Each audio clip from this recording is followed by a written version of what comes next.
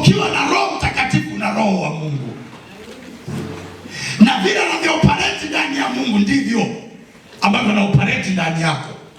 Na ndio maana Roho Mtakatifu akiingia ndani yako anasababisha tabia za Mungu. Tunda la Roho ni upendo, uvumilivu, upole, sio nini. Tunda maana yake product. Kwa hiyo Roho akiwa ndani yako tutaangalia anazaaga nini. Eti una kinyongo, eti una Roho wa Mungu. Wewe angekuwemo labda yumo amezimishwa kama generator iliyopaki kwenye chumba cha store. Basi tunda la Roho ni Galatia 5:22, kuanzia 21:22. Mimi 22:23. Tunda la Roho ni tunda, product. Yaani Roho anazaaga nini? Upendo. Wewe kwa nini una upendo? Una upungufu wa Roho wa Mungu wewe. Yaani unahitaji kula protini, unahitaji tu ujazo Roho Mtakatifu. Utashangaa unapenda wasiopendeka. Wewe mwenzangu kila siku una urafiki wa wiki mbili, huyu umeachana huyu. Una mapungufu oversize, unahitaji tu Roho Mtakatifu aingilie kati. Huko ICU. You need intensive care unit. Haleluya, haleluya. Kwa hiyo Mungu ana roho. Roho wa Mungu. Kwa hiyo Roho Mtakatifu ni roho wa nani? Alafu kwenye kitabu tuangalie mara moja tena kitabu cha Yohana 4:24. Yohana 4:24. Mungu ni roho, nao wamwabuduo yeye imewapasa kumwabudu katika roho na kweli. Okay, mmemsikia vizuri? Kwenye hiyo Yohana 4:24 anasema Mungu ni roho, nao wamwabuduo yeye imewapasa kumwabudu katika roho na kweli. Listen carefully my daughters. Mungu ni roho. Kwa hiyo Roho Mtakatifu ni Mungu. Mungu ni roho. Kwa tunaposema roho wa Mungu, maana yake ndiye Mungu pia. Wanaojifunza habari za utatu au trinities, holy trinities, wanaojifunza wanaelewa anachosema. Hapa hii Yohana 4:24 anasema Mungu ni roho. Na sisi tumesema roho wa Mungu, Roho Mtakatifu ni roho wa Mungu.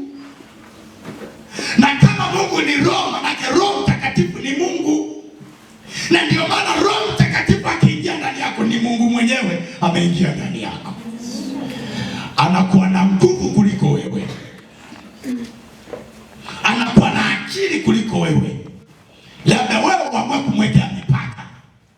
Baba, nijaze roho wako. Maombi unakuta unaomba ila physics baba, ngoja tu nifanye juhudi yangu. Anasema okay, sikuingilii kwenye physics.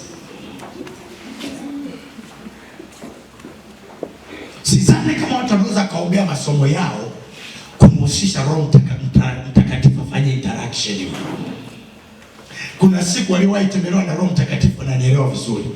Kuna siku unasoma unaelewa mpaka mwenyewe unasema aha. Alafu unasoma kile ambacho mwalimu hakuelewa darasani.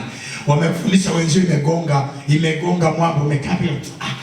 I say, ujue Roho Mtakatifu kafanya visitation. Hasa mwambie fanya habitation. Kibiolojia habitation ni kuishi hapo. Visitation na kutembelea naondoka tena. Mweke mayai atamie hapo hapo. Tena mayai visa, si ndivyo? Visa alitutolewe unakaaga tu hapo hapo. Haleluya.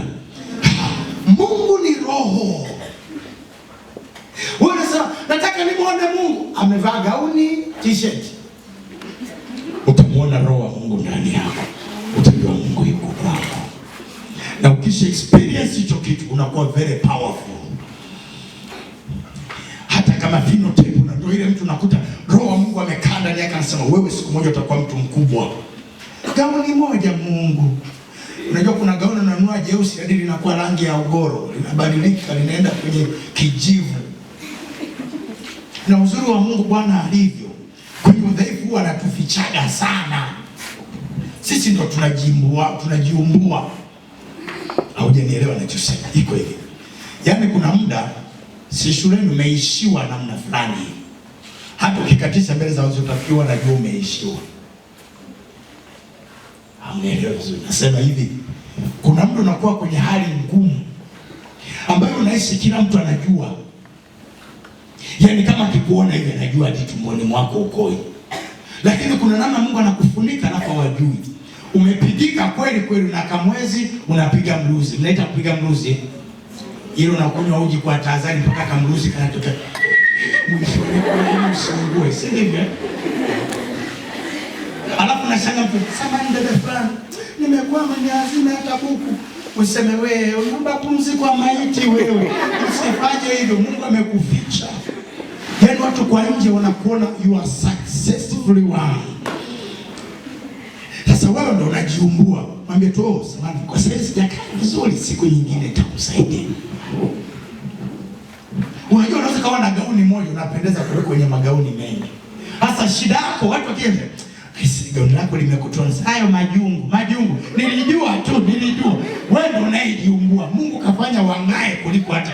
Hivi unanielewa? Sijui kama nachoongea. Sijui unanielewa? Wana waizi wamevaa nguo moja miaka 40. Na walikuwa super. Yule ambaye anasema walivaa, anasema tukapendeza kuliko wao. Anatumia neno gani pale?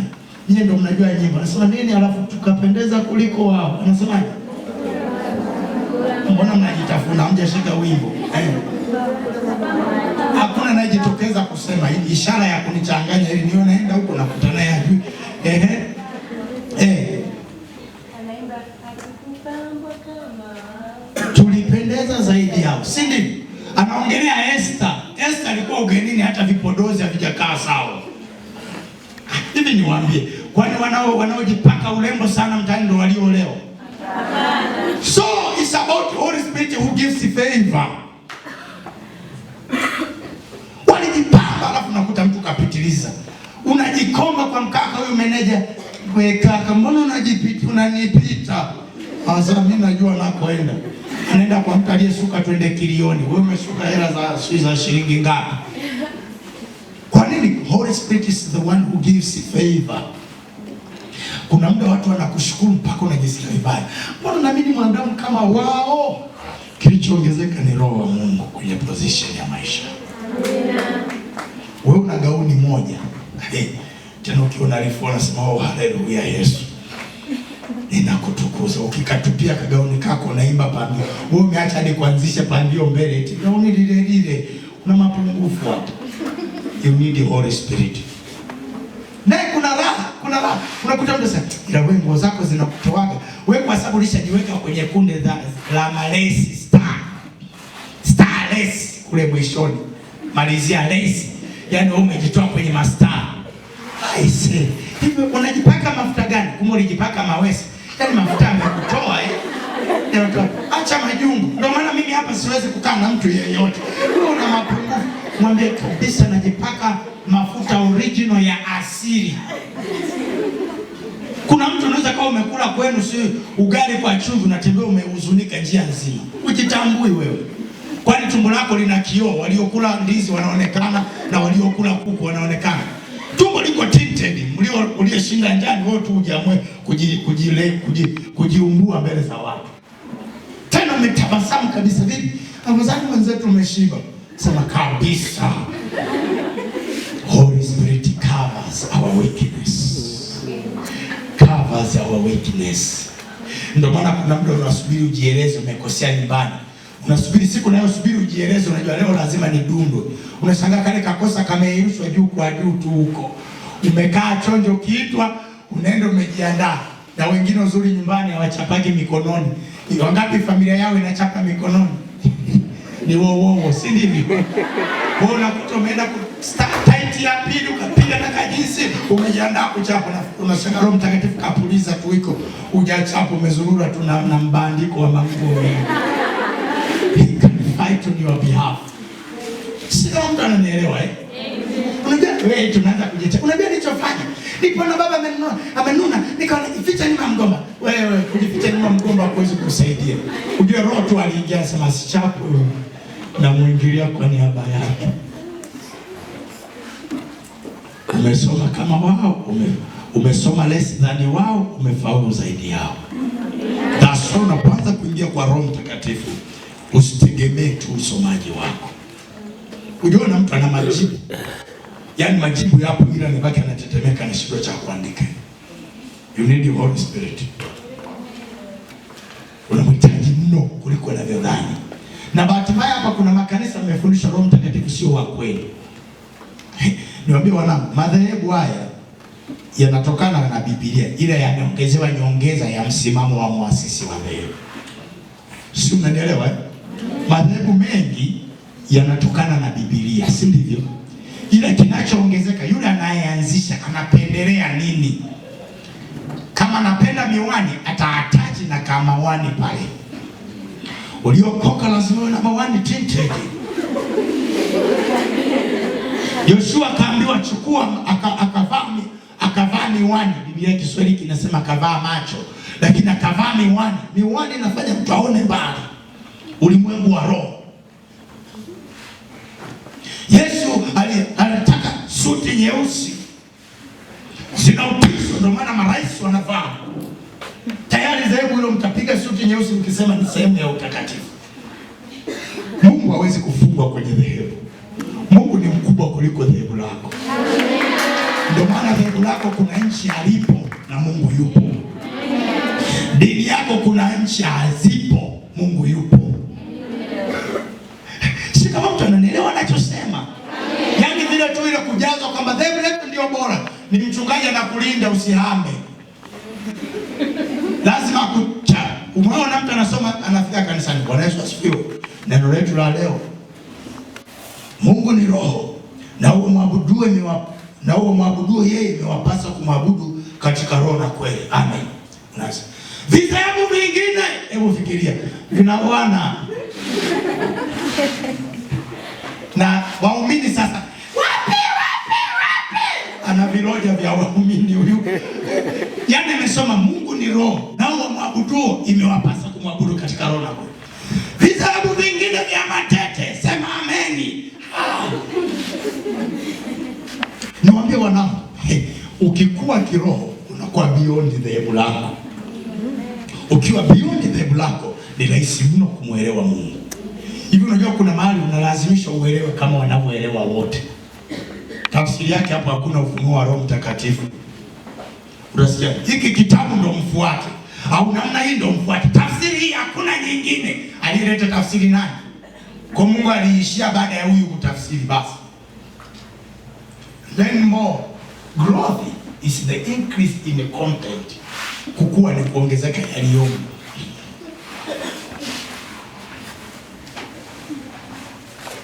Nani anaelewa anachoongea? Hasa kazi ya Roho Mtakatifu inaweza kuzuiwa kwa sababu ya mapokeo yako pia. Walisemaga sisi hatuna roho wa Mungu. Sasa ndio umesoma hapo, watakutafsiria tafsiri yake na yeye. Anaposema roho wa Mungu, ngoja twende kifungu hiki ndio kimeeleza vizuri. Eleza hiki baba. Jifunzeni kumsikia roho wa Mungu. Mungu ni roho.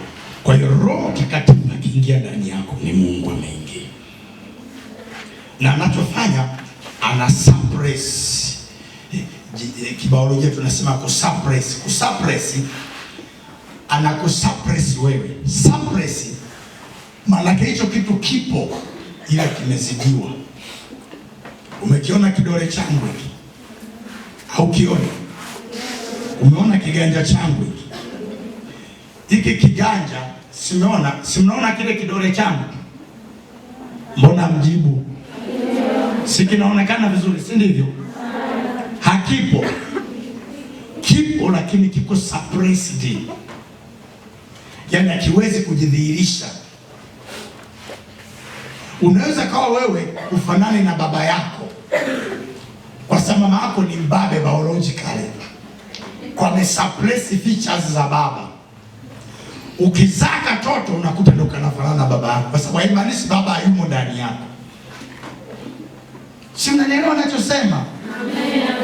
Yaani wewe unaweza usifanane na baba, lakini sifa za baba yako zimo. unazaa katoto hadi masikio kama babu yake, ila wewe ufanani. Kwa nini? Sifa ya baba ilikuwa suppressed, na ndivyo Roho Mtakatifu anakufanyaje. Akiingia ndani yako na kusuppress kiasi kwamba yeye ndo anaonekana kwa niaba yako. Haya, umenielewa nachosema? Ndio unakuta ambapo kustahili heshima anakujaza heshima mzee. Ndio anakupisha kiti mpaka mwenyewe unaanza kuogopa. Nani wewe kaa hapo. Jamani, mimi panatosha hapa. Kaa. Ila wewe dada unajiheshimu mpaka naona geuka naongelewa yupi? Ndio wewe sasa. Ila wewe dada na kitu kikubwa na unajiangalia eti kiko wapi? Eti uone hicho kitu kikubwa. Holy Spirit can reveal himself to show how God is good. Vile anaanza kujionyesha yeye, ndio na wewe unanogeana humo. Mnaita kipuni. Msiku naita kinini? Komo. Ni msamiati mpya bila shaka. Ni msimu wetu. Komo. Wengine wanasema si kipumi, si kinini. Kipuma, si ndivyo?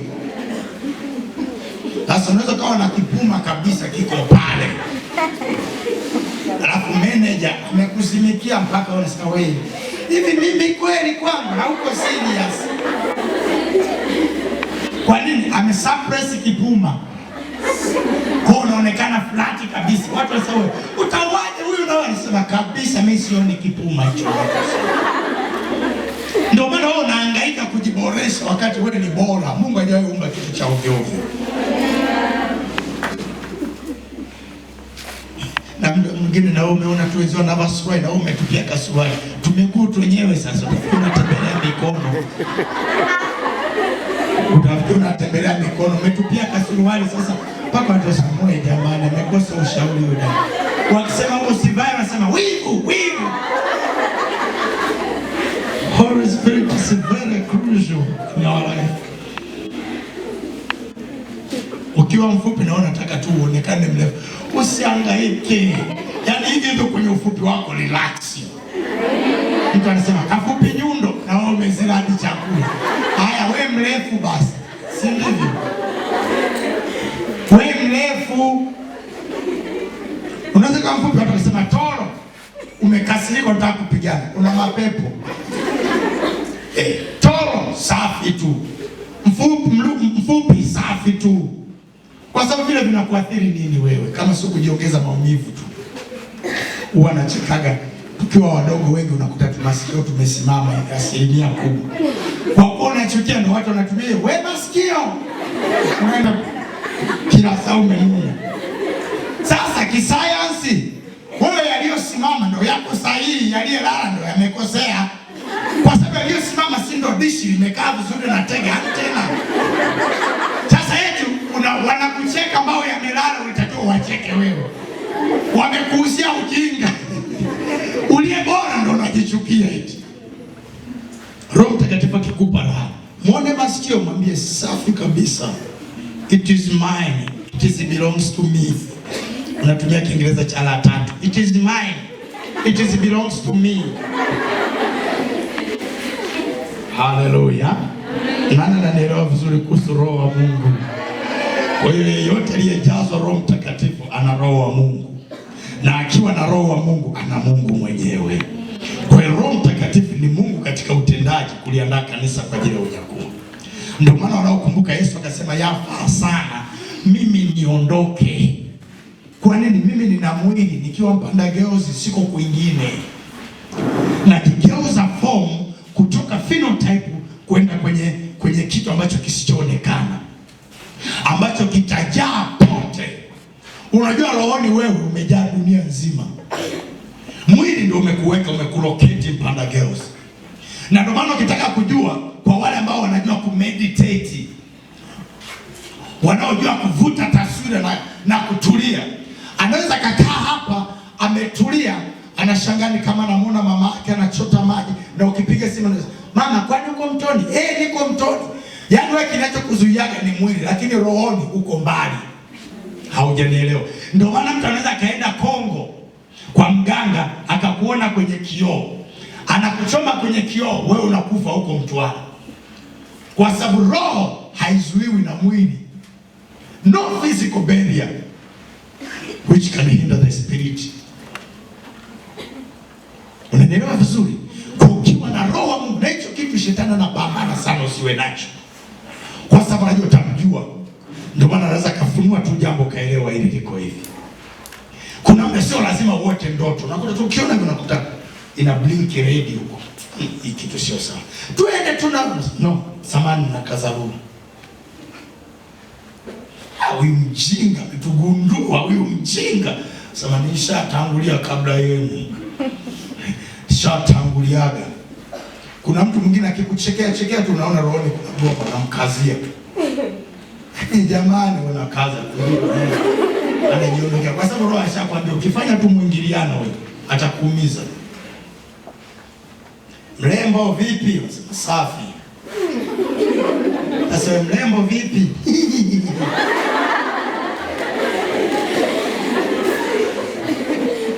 Usipe mrembo na wamejua wako ndo kafunguo kwako yani. Unasifiwa hata sifa sio zako, tayari umeingia laini. Utapenda wangapi dunia hii? Wameisha wote. Tumsifu Yesu Kristo. Haleluya, haleluya. Weka makofi na vigelegele kwa Bwana. Nisikilize mwanangu. Nisikilize tena. Mtu ili ajazwe roho wa Mungu lazima awe tayari, kwa sababu roho wa Mungu sio jambazi. Very simple. Unaweza kaja hapa mbele na wenzio, wewe unarudi hivyo kila siku. Nakwambia kwa sababu mimi imenitokea. Mimi nilipokuwa nataka kujaza roho wa Mungu. Na utu tunjiwa wanatochoraga mtumishi, kwa nafikiri nitakaposimama kanjiwa na kaona. Wenzio wamezama wanajazwa, wote wameanguka, unaona umebaki peke yako, na unajiangusha Mungu ili usionekane na mapepo. Siku wanaanza kuombea watu wajazwe roho wa Mungu, watajazwa. Kwa wanapoombea na unakata tujicho muombaji. Akitaka kupita unasogeza kichwa kabisa ili akushike. Ona. Kwa sababu Roho Mtakatifu, Biblia inasema nasimama mlangoni na bisha. Kubisha sio kubishana, ni kugonga na mbele. Nasimama mlangoni na bisha. Mtu akinifungulia. So he is waiting for you to open the door of your heart. Akinifungulia. Yaani acha kujiona mimi itawezekana, nataka nikowe tulijazwa Roho Mtakatifu hata sifa zitutoshi. Mtu akinifungulia, correctness allows the Holy Spirit. Biblia inasema mimi ndio chochote kinachopita nje ya mlango ni mwizi na mjambazi na mnyang'anyi. Kwa principle ya Mungu. Ndio maana leo hii unajua mimi nijazwa Roho Mtakatifu nikiwa peke yangu kwenye chumba. Watu wameombea hola. Siku ambayo nakumbuka nilikuwa niko Mafinga huko jijini Mungai nikiwa nasoma. Kuna kachumba fulani niliweka kama ombi nikaingia kuomba. Baba, naomba unijaze Roho Mtakatifu leo sitoki unijaze. Unajua nipo tu nikashangaa nguvu zimeingia ndani yangu. Hasa sijui Roho Mtakatifu yukoje. Unajua wengi tunaomba hata hatujui kinakuwa kwaje. Alipojaa nikajikuta naanza kuongea vitu sivielewi. Nikashtuka au mapepo. Toka shetani. Usiwe. Toka. Naanza, Baba nataka kunena kwa lugha. Leo ninene. Nikitulia vizuri, nikifanya meditation kutoka ndani, nguvu zinaingia. Na kamatwa na neno, nikitaka kujidhibiti na shindwa na neno. Alafu baadaye akili inakuja. Nimejua shetani ushindwe. Narudi. Baba nataka kuanzia saa 8 mpaka saa 12 asubuhi. Kwa nini tunakupa wewe ili usipite tulikopita tukateseka? Tukitaka kumuona Roho Mtakatifu kama njiwa. Roho Mtakatifu ni roho wa Mungu. Akiingia, hasa siku hiyo nimejazwa. Hata siku hiyo mpaka nimemaliza ibada ya maombi sikujua kama nimejazwa. Sikujua hata nimenena. Siku moja ilipita mwaka mzima tukawa sehemu hapa najikuta kuna mtu ananitokea hiyo naomba inaitokea hiyo naomba kwa kunena kwa lugha. Siku moja Roho Mtakatifu hebu tukae hapa. Unakumbuka siku ile ulipokuwa unanena, ulikuwa unakemea. Nilicheka nikiwa peke yangu. Sikucheka kiroho, kimwili. Kwamba kwa kweli Mungu mvumilivu, uliendelea kuninenesha tu. Bwana alijua hii akili ndogo, naomba asichoke juu. Na ndio maana mwingine akizama kuomba namna hii, anaona ni kama kuna nguvu inaingia, anashtuka. Nasema Yesu, nasema nijazo, aliana anaibuka, alizama anaibuka tena. Anaanza kuona kama baridi, anaona kama kitu kinaingia, toka shetani. Mungu nijaze roho. Sasa wewe yaani ukirelax tu, unajua Biblia inasema hivi kwenye kitabu cha Isaya 30 mstari wa 15b. Anasema nguvu zenu zitakuwa katika kutulia na kutumaini. Nguvu zenu zitakuwa katika kutulia na kutumaini, lakini mlikataa. Bio ni bii. Simeiona? Isaya 30 mstari wa 15b.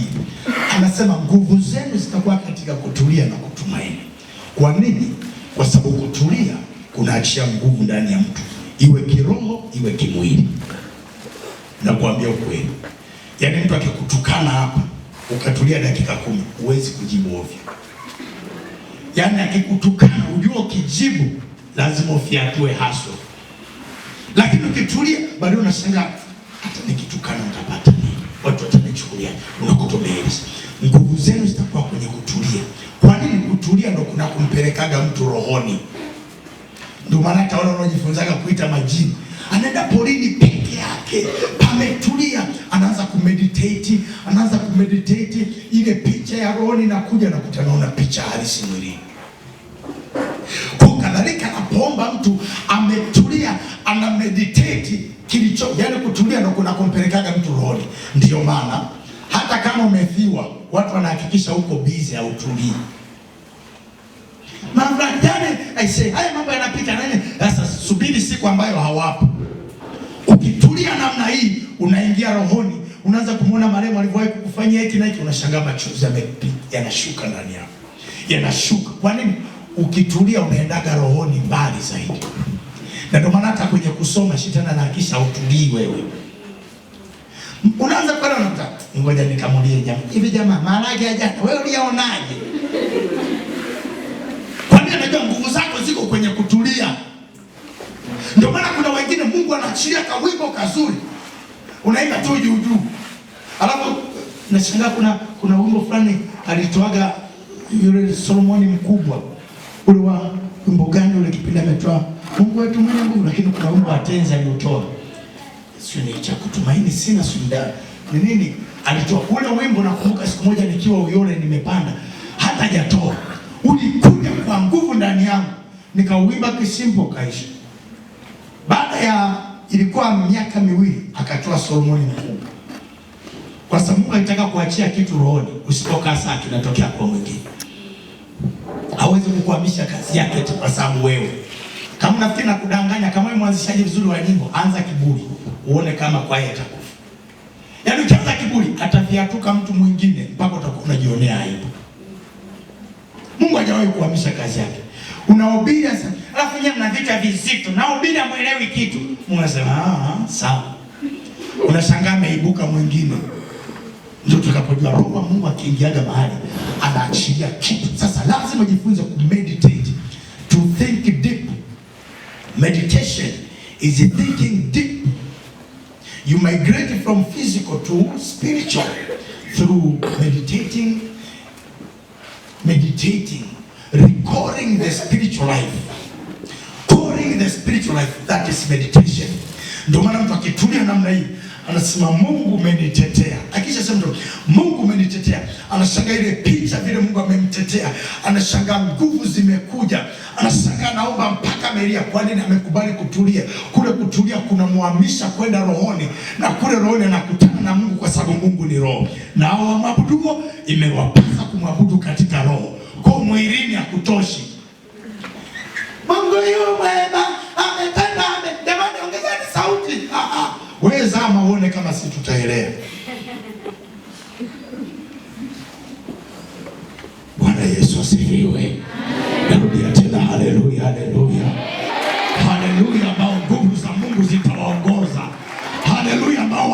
wataongozwa na Roho wa Mungu. Haleluya, ambao wataongozwa na Roho Mungu mwenyewe. Haleluya.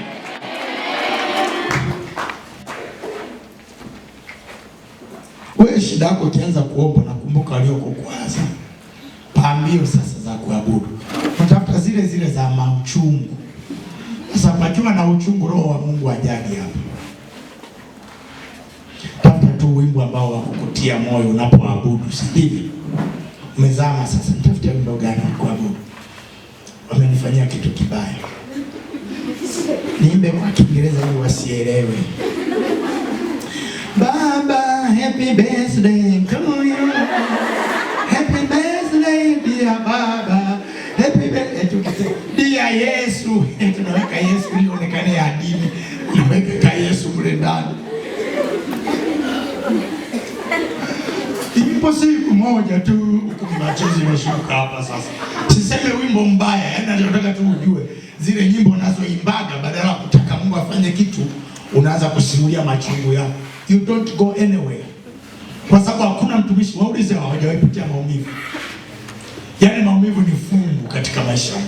Mnakumbuka lile somo, ili uwe mkuu lazima Mungu akuandae. Mnakumbuka mwezi ule tulijifunza.